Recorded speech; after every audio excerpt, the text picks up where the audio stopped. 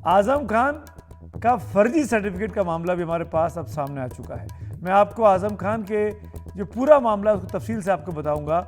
आखिरकार क्या हुआ कि जिसकी वजह से उबैदुल्लाह आजम खान के जन्म प्रमाण पत्र को लेकर आजम खान पिता, मां फातिमा और बेटे उबैदुल्लाह तीनों को जेल की सजा हुई है। कैसे अपने बेटे उबैदुल्लाह के प्यार में उसे विधायक बनता देखने के चक्कर में मां तंजीम और पिता आजम खान पर अभी आरोप साबित हो गया है कि उन्होंने फर्जी बर्थ सर्टिफिकेट लगाया था। हम आपको दोनों सर्टिफिकेट दिखा रहे हैं, कौन सा असली है कौन सा फर्जी है ये भी आपको डिटेल में बताते हैं। आपके सामने दो हैं, एक रामपुर में बना है जिसमें 1993 की जन्म तिथि लिखी गई है और दूसरा जो कि नकली वाला है वो 1990 का है जिसमें जन्म तिथि 1990 की है और वो लखनऊ से बनाया गया है। 1993 के असली बर्थ सर्टिफिकेट के मुताबिक अगर उबैदुल्लाह 2017 का चुनाव लड़ा था उन्होंने, तो वो मात्र 24 साल के होते और चुनाव लड़ने के लिए 25 साल की उम्र मिनिमम जरूरत है, तो वो लड़ नहीं सकते थे। इसीलिए 1990 का एक फर्जी सर्टिफिकेट जन्म का बनवाया गया। ये प्रमाण पत्र उस वक्त बना जब आजम खान यूपी में मंत्री थे और नगर विकास मंत्री का कार्यभार उनके पास था और ये कोर्ट में साबित हो गया कि ये लखनऊ में बना 1990 वाला बर्थ सर्टिफिकेट फर्जी है। दोनों सर्टिफिकेट इस वक्त एनडीटीवी इंडिया के पास है, आपके सामने स्क्रीन पे दिखाई दे रहे हैं। लेकिन अब इस पूरे मामले को लेकर सियासत शुरू हो गई है। समाजवादी पार्टी की सियासत चरम पर है। हम क्या सियासत है आपको समझाएंगे, पहले ये दो महत्वपूर्ण बयान को जरा ध्यान से सुनिए। अच्छा मैं क्या और फैसले में फर्क होता है। ये फैसला हुआ जी, तो क्या फैसले के खिलाफ आप इसमें अपील करेंगे?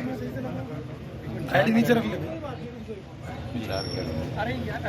कभी कभी सोचने पे मजबूर होना पड़ता है कि उनके साथ अन्याय इसलिए हो रहा है कि उन्होंने यूनिवर्सिटी बनाई, एक शिक्षा देने की संस्था बनाई जिससे लोगों का भविष्य बेहतर हो। और कभी कभी सोचने में जब बहुत चीज़ों को सोचते हैं समझते हैं तो ये भी लगता है कि मोहम्मद आजम खान साहब मुस्लिम हैं, इसलिए उनके साथ ज़्यादा अन्याय हो रहा है। सुना आपने, मुस्लिम शब्द का इस्तेमाल किया खुद अखिलेश यादव ने। इन बयानों से बहुत साफ है कि कोर्ट के फैसले को लेकर भी इंसाफ और मजहब के तराजू में इस कोर्ट के फैसले को तौला जा रहा है। अखिलेश इस बात को अच्छे से समझ चुके हैं कि आजम खान के साथ अगर पार्टी नहीं खड़ी होती है तो 2024 की जंग में उत्तर प्रदेश का अल्पसंख्यक खासकर मुस्लिम वोट बैंक को अपने साथ रख पाना मुश्किल हो सकता है। जानकार भी ऐसा ही मान रहे हैं कि मुस्लिम वोट बैंक को साथ रखने के लिए अखिलेश ने यह मजहब का कार्ड खेला है।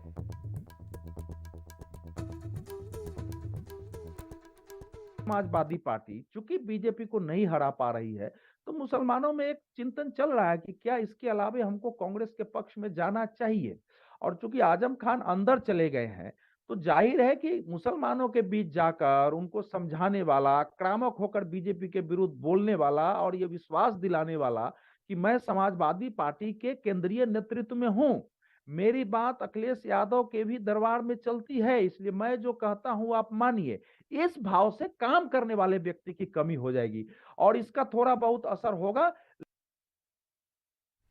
आपको एक चीज़ और बताएं कि 2009 के, आपको अतीत में ले चलता हूं, 2009 के लोकसभा चुनाव में समाजवादी पार्टी ने कल्याण सिंह, जो कि बीजेपी उस वक्त अलग थे, उनके साथ समझौता किया था, जिससे आपको याद होगा आजम खान बहुत नाराज हो गए थे कि कल्याण सिंह के साथ क्यों समझौता किया। वो कल्याण सिंह जिन्होंने बाबरी मस्जिद गिराई थी।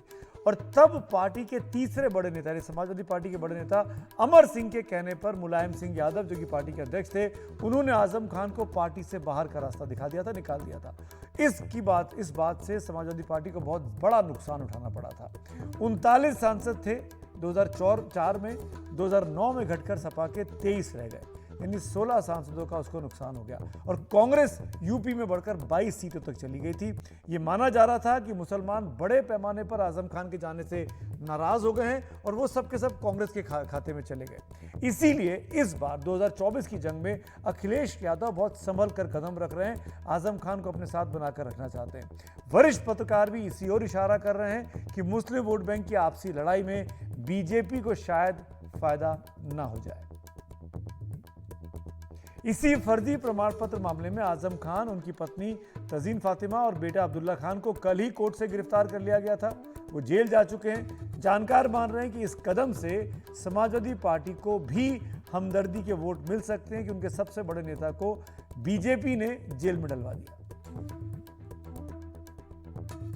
रामपुर और उसके आसपास जहां इनका ज्यादा इन्फ्लुएंस है, वहां पे इसका शायद फायदा ही मिल जाए, क्योंकि इनडायरेक्टली वो क्या होगा, पीपल सिंपैथी जाएगी उनके साथ।